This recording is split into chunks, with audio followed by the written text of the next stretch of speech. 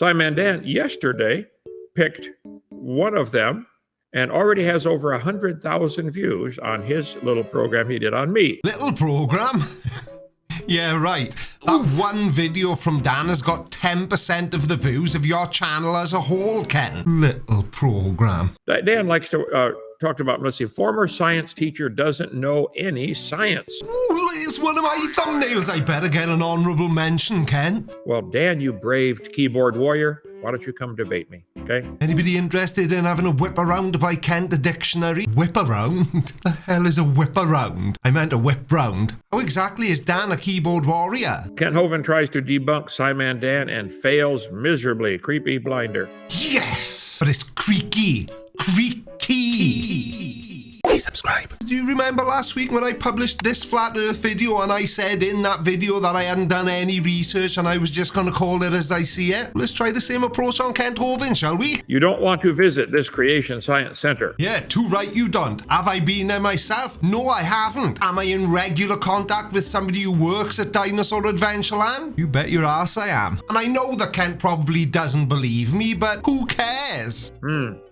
Witness the worst argument for young Earth ever. Oh, well, that's not very specific, is it? Because that could apply to literally any one of your videos, Ken. Challenging an evolution denier. He calls me an evolution denier. Well, he calls you an evolution denier, Kent, because that's exactly what you are. You make videos denying evolution, which makes you an evolution denier. Plus, Dan's a bit more of a gentleman than I am, whereas I would just call you a convicted felon. Dan is more polite, so he calls you an evolution denier. Very factually accurate, Kent. You should try it one day. Creationist attacks Carl Pagan. Pagan? I see what you did there.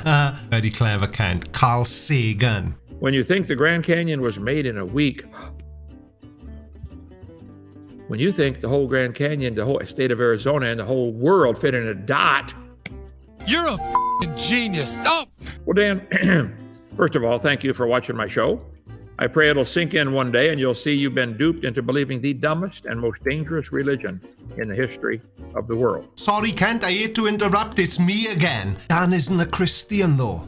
Thanks also for sharing my content, and God's word about creation with your followers. Yeah, that's not why we react to your videos, Kent. This helps me fulfill the Lord's command to preach the gospel. And it helps us show our subscribers why being a young earth creationist is a terrible option. Let's see, some of the comments on his channel as of this morning. The ability to speak does not prove intelligence, and Kent is a perfect example.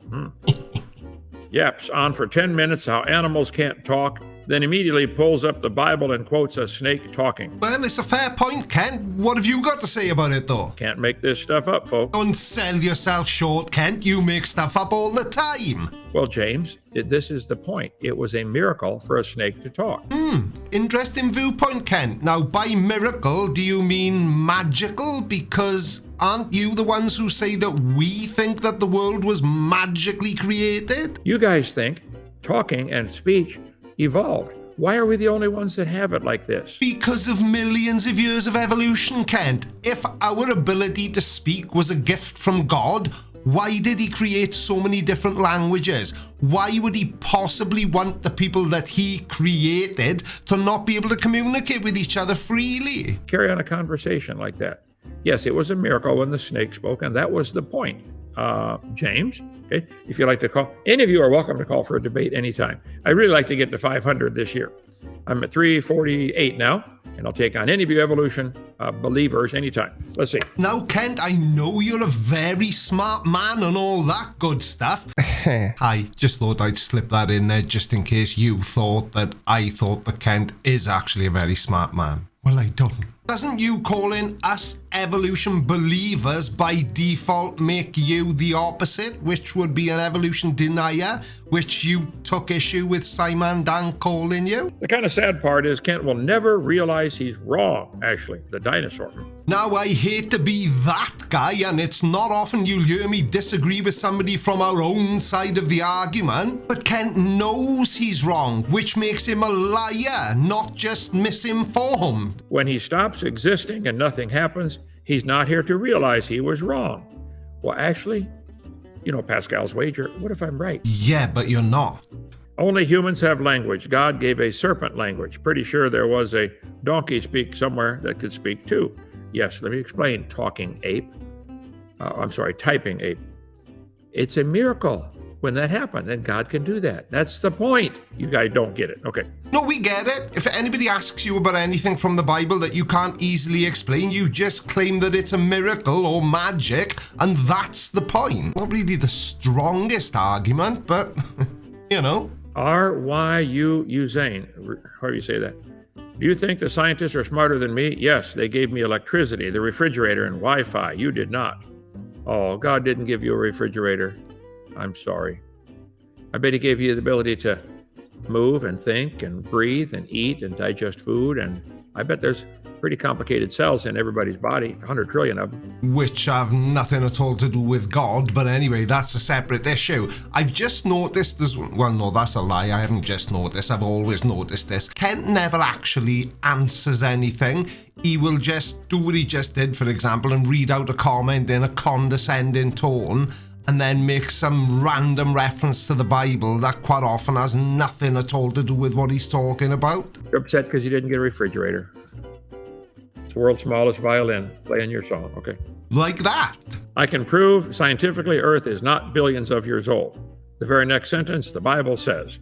Well, yes, Roger, the Bible is one of many evidences that the Earth is not billions of years old. No, the Bible doesn't explicitly state the age of the Earth in any context. Now, there are certain branches of Christianity, like young Earth creationism, that rely on genealogies and made-up ages. But the Bible definitely doesn't say that the Earth is only 6,000 years old, and you know it doesn't, Ken. If you think animals can't speak, what are the barking of dogs or the singing of birds?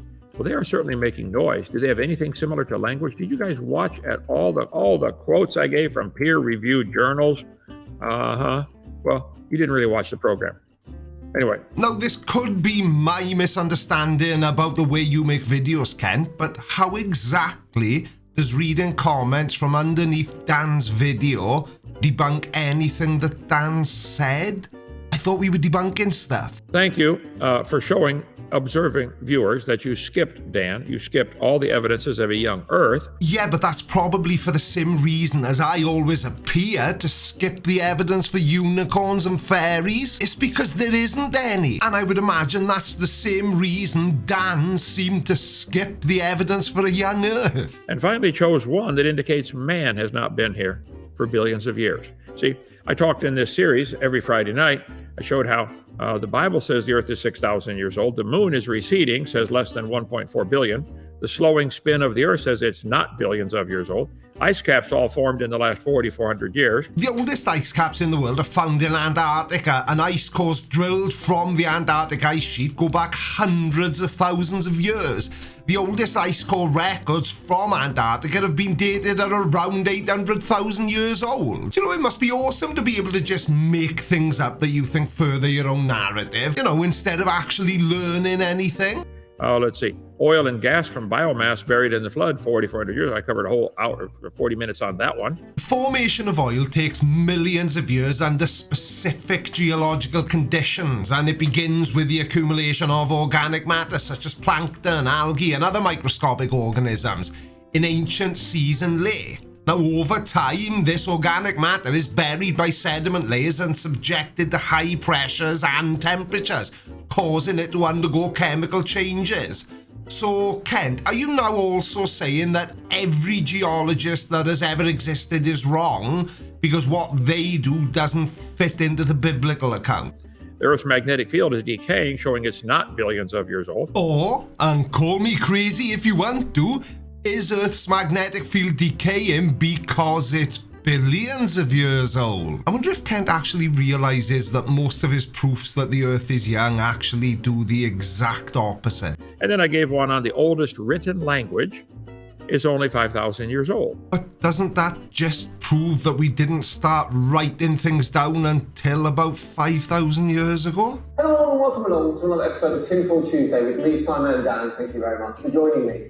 Oh, so we are going to be taking a look at Dan's video then. It's a bit late in the... Let's just go with it. Right, on with today's video, which features Dr. Dino, or as some of you may know him, Kent Hovind. And he is here to prove that the Earth is not billions of years old. Let's start as Kent makes the mother of all bad analogies. There's lots of ways to show it can't be billions of years old. I use the illustration about the ink pen. If I said this pen is 5,000 years old, you'd say, oh, but made out of plastic. Plastic from Mako, 1907. Oh, one fact, just proved my theory. It's not 5,000. It's made by Bic Corporation. Well, this one's Sharpie, okay? Quick hair, okay. Bic wasn't a corporation until 1946. You just proved me wrong, didn't you? Not 5,000. See what I mean? With that logic, Kent, are you going to tell me that rocks weren't invented until... Wait, Dan, you said that was the mother of all bad analogies or examples? I think that's a pretty good example. Yeah, well, you would, wouldn't you? Because it's one of your analogies or examples. Sorry, everyone, I forgot that I was actually making a video there and I was getting a bit... I like Scimandan's videos. What do you want me to do about it? The pen cannot be 5,000 years old because Bic wasn't even a corporation until 1946. Plastics weren't invented until 1907. Ballpoint pens weren't invented until 1888. I think that's a good analogy, Dan. Why do you switch it over to rocks? No, it's a terrible analogy, Kent, and the reason Dan is probably switching it over to rocks is because he knows that you always say that we believe that we evolved from rocks, even though, and you can show any peer-reviewed paper you like, Kent, if you interpret them properly, they do not say that we think we evolved from rocks. That's just something you say to try and discredit. What exactly are you trying to discredit? Oh yeah, reality. Till 4000 BC, so the Earth couldn't be billions of years old? I think I can easily prove scientifically the Earth cannot be billions of years old. Tonight we're going to talk about human language. Let's look at some facts from humanity that indicate man has not been here for millions of years. Language, both written and spoken, is evidence that humanity is not billions of years old. Well, that is probably the mother of... Oh, Dan, calm down. You skipped the first 6. There are lots of scientific ways to show the Earth is not billions of years old. Now I'm showing language is not billions, written history is not billions. There's all kinds of things about humanity that ought to make you wonder. The population, back at the time of Christ, it was 250 million. How do you know? Because nobody else seems to. Now, there are some rough estimates, and those estimates are between 200 and 300 million people, but there is no accurate recording of the population back in the days of Christ. In 2,000 years, it's gone from 250 million to 8 billion. The whole population of the world could have started 4,400 years ago. I mean, it could have, but it didn't. If man's been here for longer than that, why aren't there more people? Well, we'll get into that another night. Well, go ahead, Dan. I'm sorry. I keep interrupting you here. Well, modern humans, or Homo sapiens, to give them their technical name, or is it sapiens? Sapiens? Sapiens? That's human beings. Have been on the Earth for roughly 300,000 years.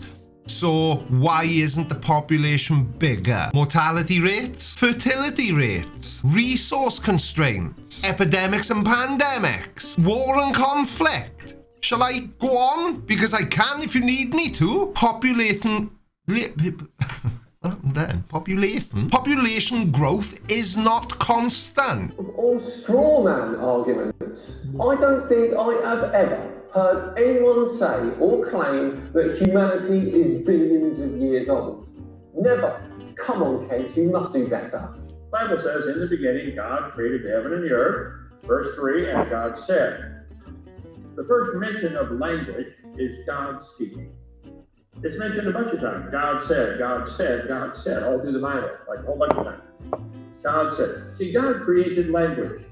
God created using language. He just spoke everything into existence. Didn't lift a finger, didn't turn a screw, tighten one bolt, just spoke.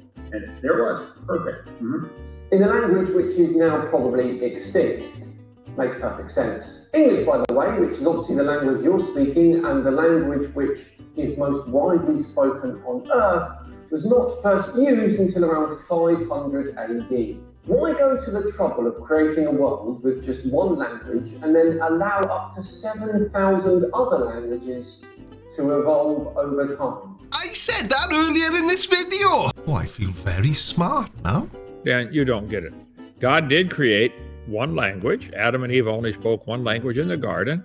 Later, the Bible tells us about an incident called the Tower of Babel, where he turned a bunch of people into babbling idiots. Well, that explains young Earth creationists then, doesn't it? And the Tower of Babel explains why we have all the different languages. God did that to divide the people up, and it's really helped.